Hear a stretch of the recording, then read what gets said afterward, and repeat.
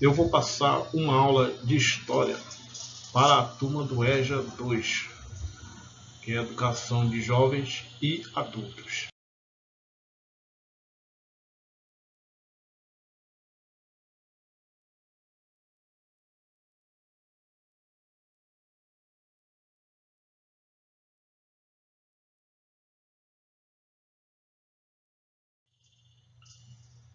E esta aula que eu vou passar é de acordo com a BNCC, que é a Base Nacional Comum Curricular.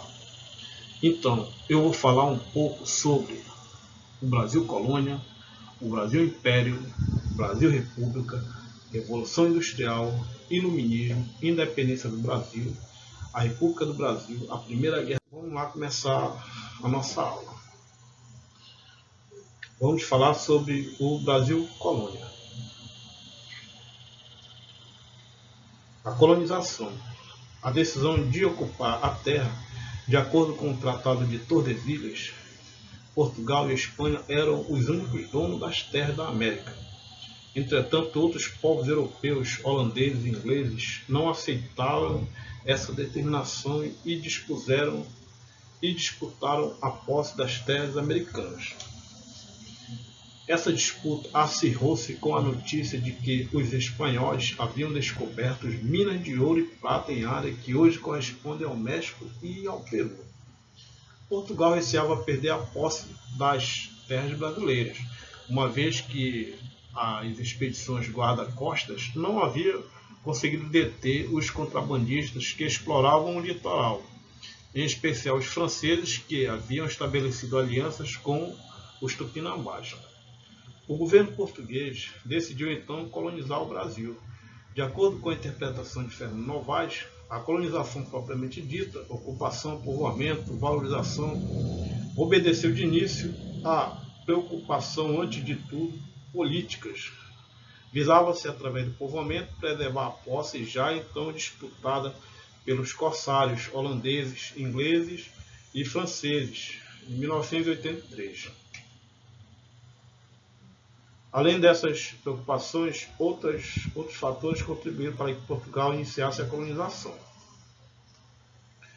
O comércio com o Oriente entrou em declínio devido aos elevados custos com o transporte e manutenção de entrepostos. Além da concorrência de franceses, ingleses e espanhóis que exploravam a mesma rota. Precisava de alternativas para aumentar seus lucros. Colonizar a América era uma esperança de bom negócio.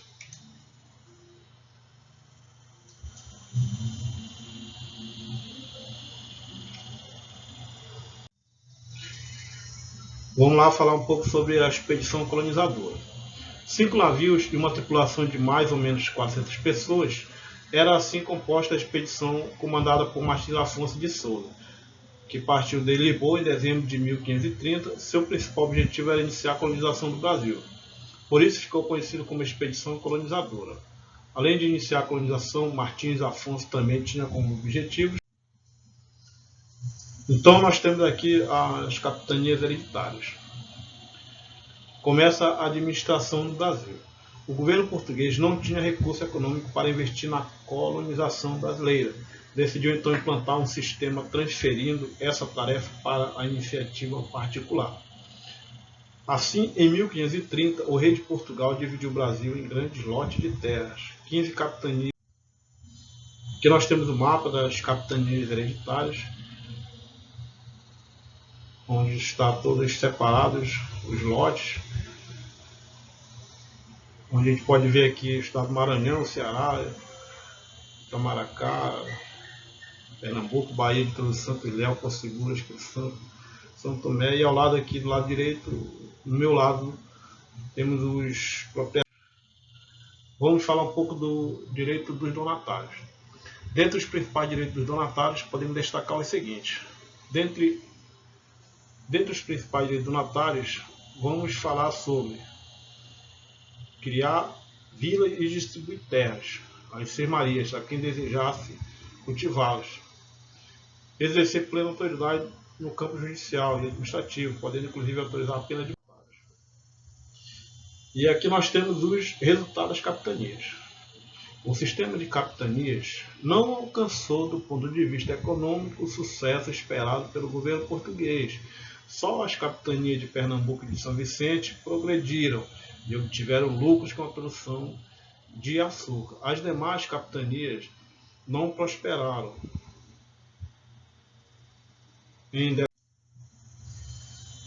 Então vamos aqui para o governo geral. A busca da centralização administrativa.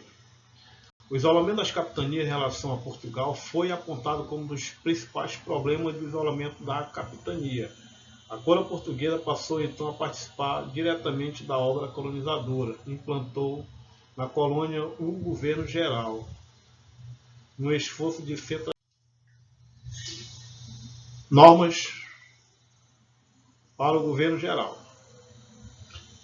Embora tenha existido diferentes regimentos regulando a ação dos sucessivos governadores gerais, quase todos enfatizavam certos princípios como a defesa da terra contra ataques estrangeiros, o incentivo à busca de metais preciosos, o apoio à religião católica, a desmobilização da resistência.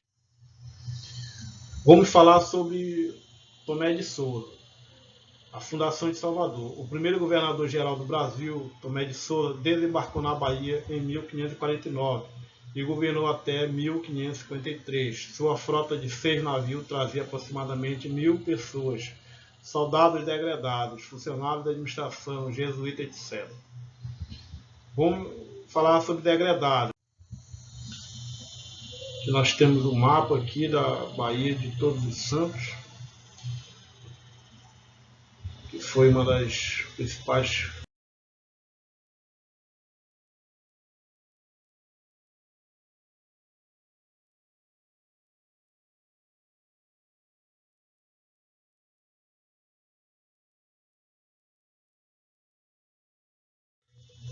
capitais do país.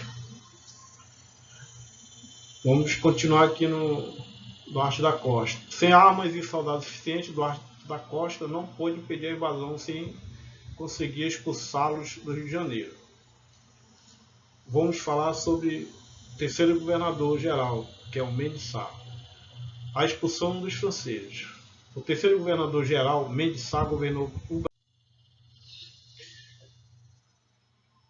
Aqui nós temos uma imagem do edifício municipal da Câmara de São Paulo. Atendendo aos interesses da classe dominante colonial, as câmaras municipais assumiram muitas vezes posição autonomistas, passando por cima da autoridade de funcionários delegados do rei. Essa situação durou até meados do... Vamos falar um pouco do poder católico.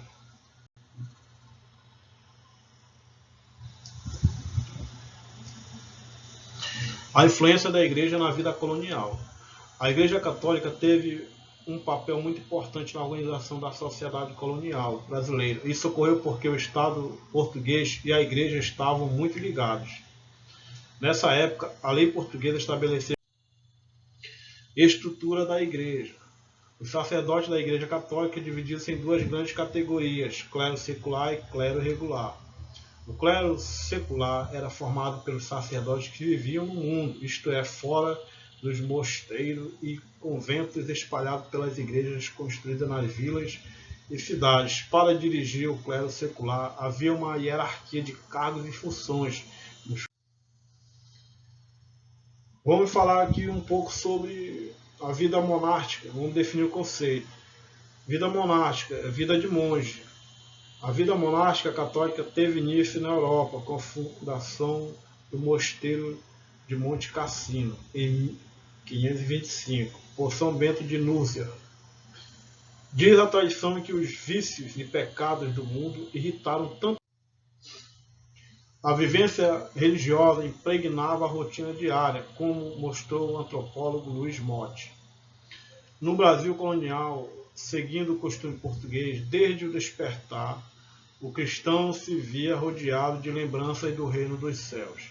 Na parede contígua à cama havia sempre algum símbolo visível da fé cristã, um quadrinho ou caixinho com a gravata dos santos.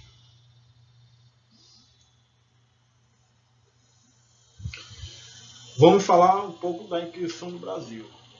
Por força da lei, os súditos da coroa portuguesa no Brasil deveriam ser católicos, respeitando os dogmas da Igreja e obedecendo à autoridade religiosa dos sacerdotes. Entretanto, os cotidianos da população colonial haviam Brasil Império. A monarquia constitucional parlamentar representativa. O Brasil Império foi uma época da história do Brasil que teve início em 7 de setembro de 1822, quando ocorreu a independência do Brasil. O período imperial teve fim em 15 de novembro de 1889, quando ocorreu a proclamação. O Brasil Império foi um período da história brasileira que começou logo depois da independência do Brasil, declarada em 1822, quando Dom Pedro I fez o grito da independência nas margens do rio Ipiranga, na cidade de São Paulo. Esse foi o fim do período joanino, que começou no ano de 1808 e durou até 1821. Período joanino referente a... Temos o primeiro reinado. Mais embaixo vamos falar sobre o segundo também. O primeiro reinado foi de 1822 a 1831. Vamos lá, começando aqui. 1822, em 7 de setembro, nas margens do rio Ipiranga, em São Paulo, houve a proclamação da República do Brasil pelo então príncipe regente Dom Pedro I. Dá-se início ao Brasil. O segundo reinado foi de 1840 a 1889. Em 1841, Dom Pedro II foi coroado imperador do Brasil. Em 1842, aconteceu a Revolução Liberal nas províncias de Minas Gerais e São Paulo. Em 1844, houve a decretação da tarifa Alves Branca, que protege a manufatura brasileira. Em 1847, foi instituído o parlamentarismo.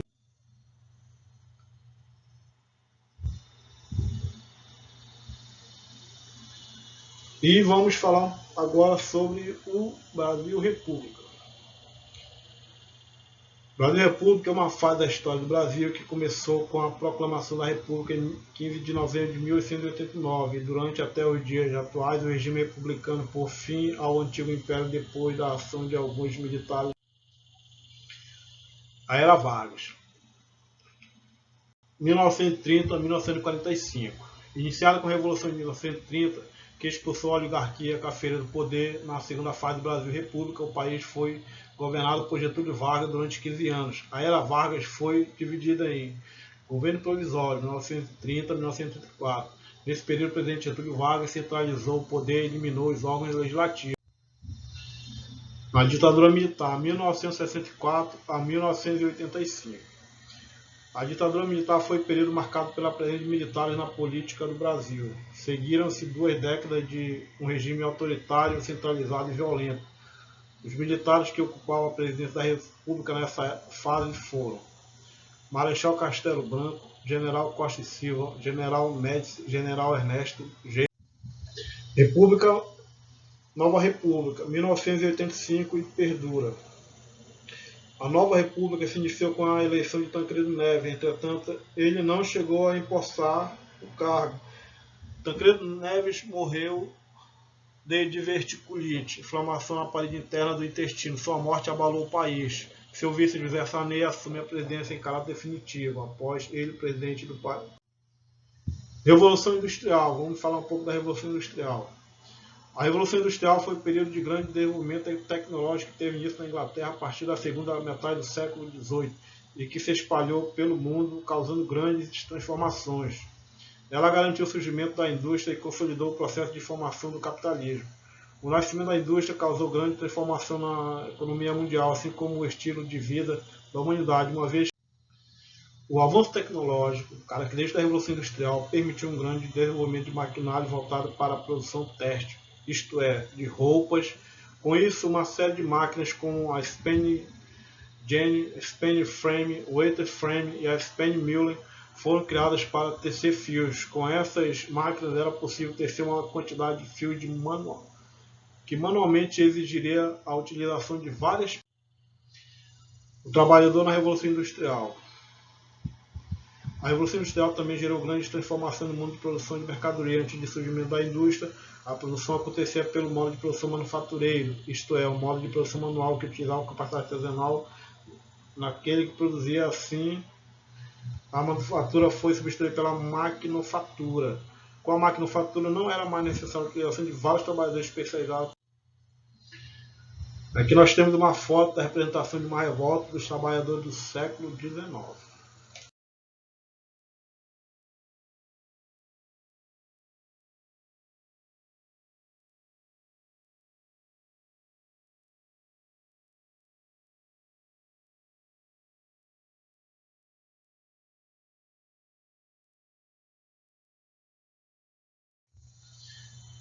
Karticismo e ludismo, que são esses dois movimentos.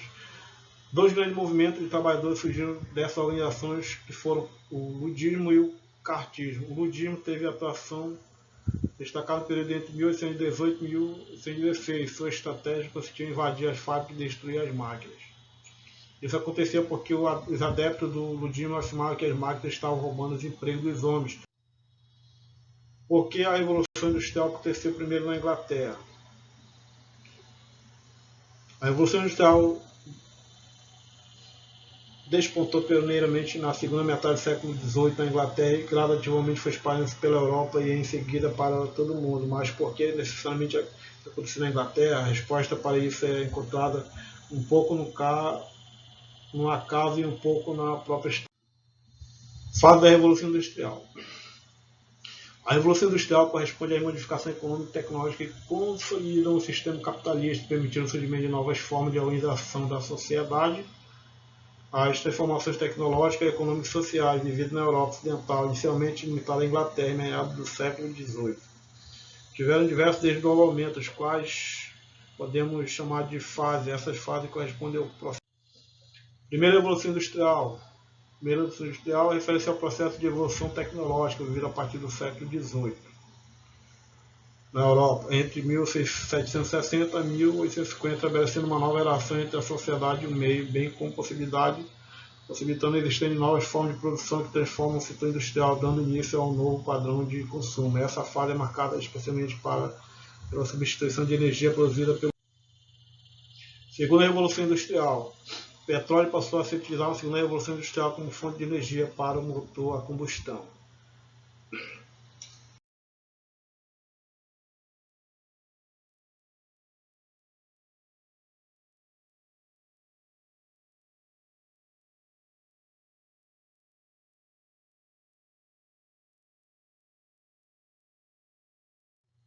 Terceira Revolução Industrial. A terceira Revolução Industrial ficou conhecida como Revolução Tecnocientífica, especialmente pelo desenvolvimento da robótica.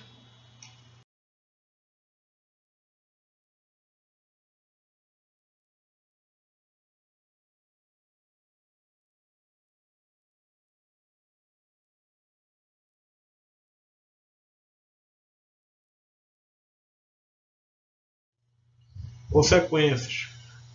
A primeira Revolução Industrial representou uma nova organização do mundo capitalista. Nesse período houve um aumento significativo de indústrias, bem como um aumento significativo de produtividade, produção em menor tempo. O homem, ao ser substituído pela máquina, saiu da zona rural para ir para a cidade em busca de nova oportunidade, dando início ao processo de urbanização.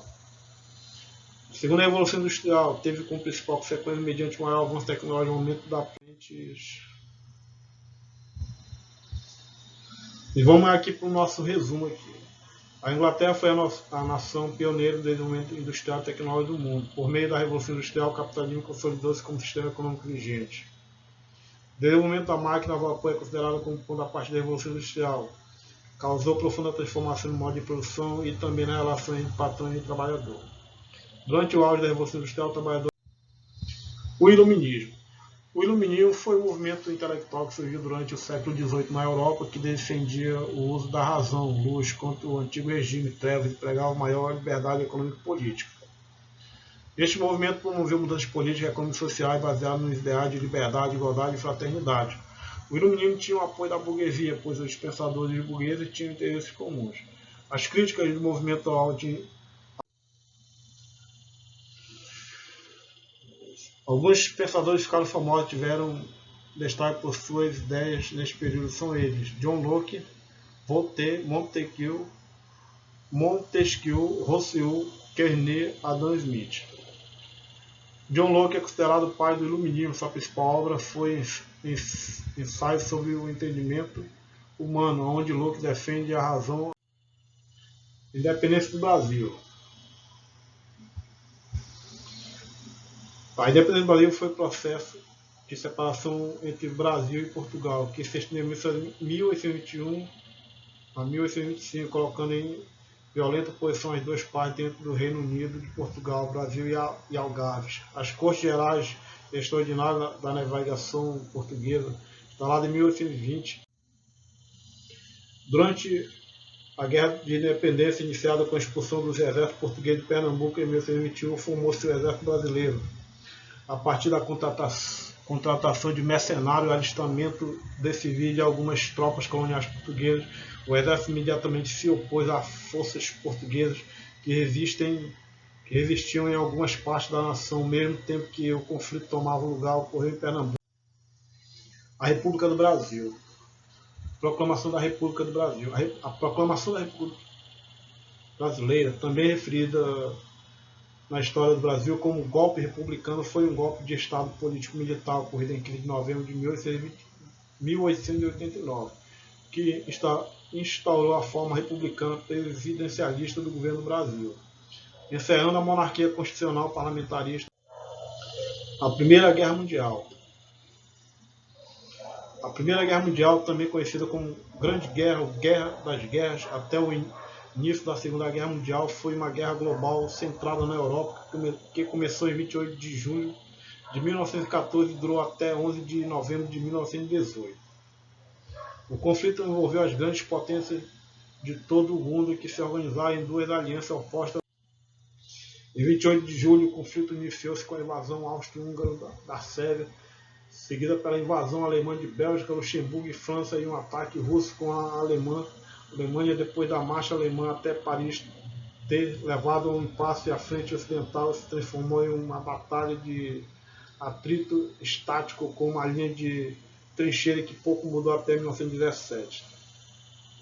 Na frente, a República Russa. A República Socialista Soviética da Rússia, também conhecida como Rússia Soviética, foi a república constituinte da União Soviética. A RSFSR da Rússia consistia de 16 repúblicas otomanas, 5 oblastes autônomas, 10 okrus otomanos, 6 krais e 40 oblastes. Suas capitanias eram Moscou.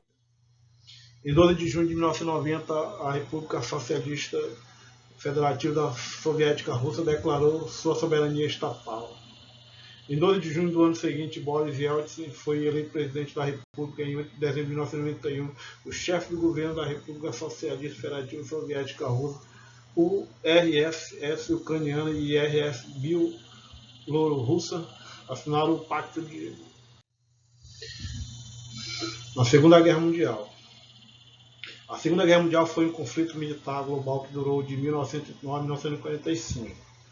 Envolvendo a maioria das nações do mundo, incluindo todas as grandes potências, organizadas em duas alianças militares opostas, os aliados e os eixos.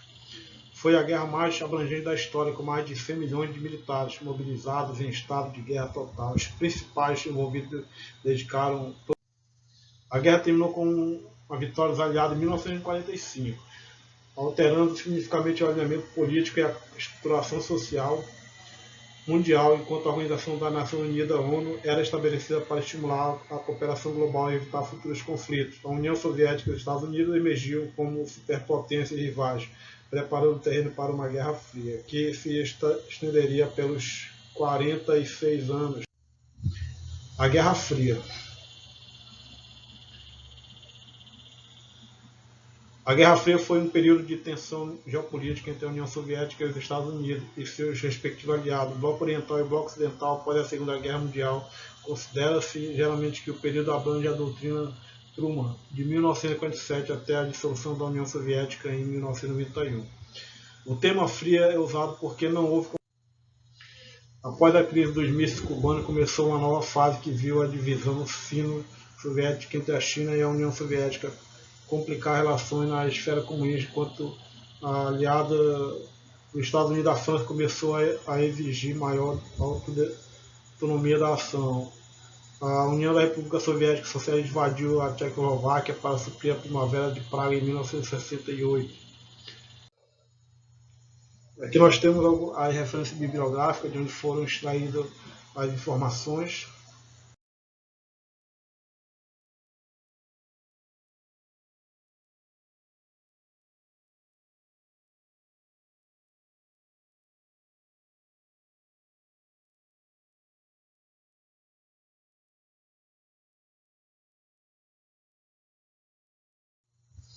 E muito obrigado a todos por assistirem a este vídeo.